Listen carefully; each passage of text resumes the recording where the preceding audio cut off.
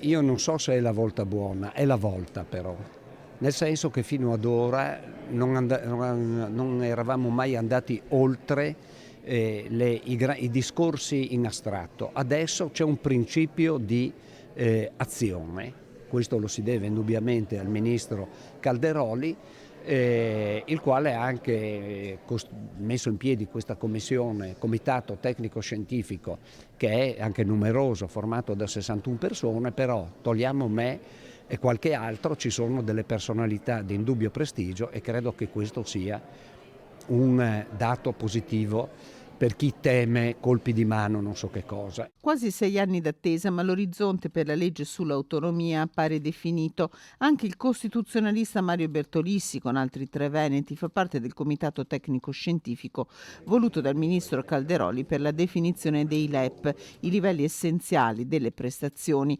meccanismo necessario per garantire l'autonomia differenziata.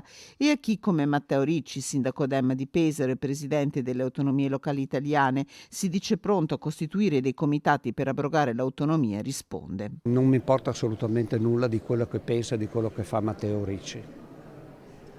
Non ti curare di loro, ma guarda e passa. Ai detrattori del disegno di legge risponde punto su punto, a partire proprio dai LEP. Che cosa c'è da obiettare alle regioni o alla regione Veneto? Tocca mica alla regione Veneto farli, no?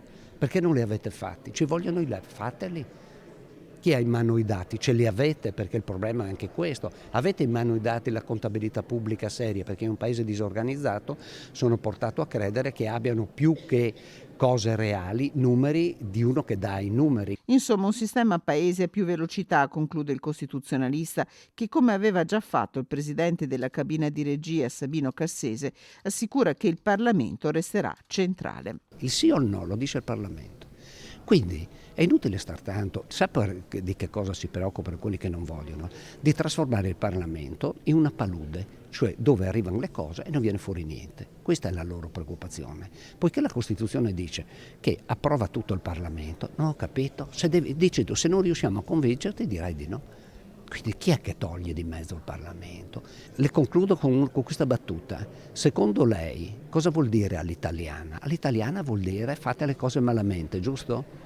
Io che sono friulano dico alla friulana, e alla friulana vuol dire che cose sono fatte.